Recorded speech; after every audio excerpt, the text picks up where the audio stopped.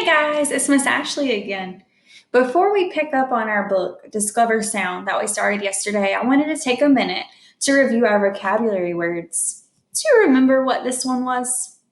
No, that's right. It's investigate, to look into carefully and closely in order to learn. What about this one? Discover, to learn or find out about through study or by observing. What was this one? Do you remember? Communicate, that's right. To exchange thoughts, ideas, or information. What's he doing? Explaining, that's right. To explain means to make clear in speech or writing, to show in detail. Last one. Evidence, something that gives proof. So keep these words in your brain while we read. And speaking of keeping things in your brain, I'm sure you've been told this before, but did you know that reading is thinking? So when you're reading, you need to keep your questions in your brain. So yesterday, the book we started reading was this one, Discover Sound. And I have some questions about sound, and I'm sure you do too. Like, why are some sounds loud and some sounds are quiet? Or why are some sounds high and squeaky and some sounds are low?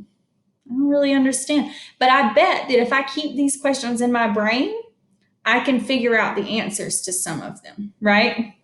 Like we figured out yesterday about the high and low sounds, that the sound waves, some are close together and some are far apart. So if you keep those questions in your brain, you can probably learn some things. And kind of on that same note, we noticed yesterday that the word sound was repeated a lot in our text. So we're learning lots of information about sound as we read, but I had a question that I thought we should keep in mind while we read today. I wonder how our voice makes sound. How does that even happen? Let's read and think about that, okay? How does our voice make sound? All right, remember the title of our book was Discover Sound. The author was Pamela Hall, and the illustrator was Jane Yamada, okay? We already read a lot of this book, so we're just going to pick up right where we left off, okay? Oh, look at this little boy. It says, why are some sounds loud? The waves are big. Softer sounds have smaller waves. He says, ouch. Protect your ears when sounds are loud. Look at this little girl. Her heading says, make some noise. Put your hand on your throat and hum. Can you feel your vocal cords vibrate? The air around them vibrates too. Your voice is carried away through waves of sounds. Now you're talking. Vocal cords are folds of tissue inside your throat, and they vibrate when you sing or even just when you talk. So, we were keeping that question in our brains. How does our voice make sound? I think we just found the answer. Our voice makes sounds because our vocal cords vibrate. That's right. And the sound, our voice is carried away in sound waves.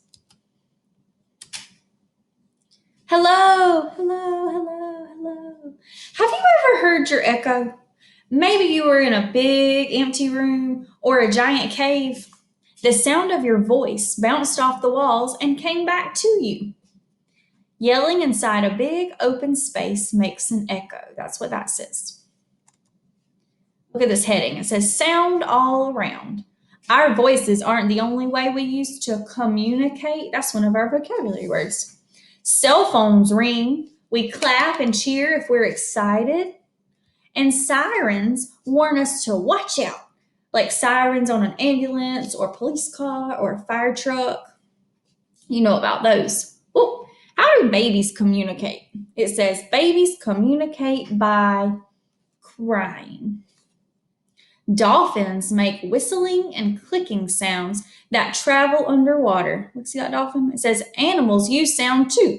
They chatter, chirp, hiss, and growl. Low, high, loud, soft. Sound is all around you. How are these sounds different? A siren, thunder, a squeaky door. A purring cat. Keep listening for sounds. Swish. Can you hear your page turning now? Listen, it says low, high, loud, soft. Low sounds have waves that are far apart. High sounds have waves that are close together. Loud sounds have big waves like a tiger roaring. And soft sounds have smaller waves like the swish when you turn a page in a book. All right, guys, that's the end. Does anyone remember what this part of the book is called? The part of the book that tells us what the important words mean? That's right, it's the glossary. Good job. So I have a question for you before we go, okay? My question is, what do you think the main topic of this book is? What do you think this book is mostly about? You can talk to the adult around you or just anyone in the room that'll listen. What is this book mostly about? And why do you think that? What makes you think that? All right, I'll see you next time, guys. Bye.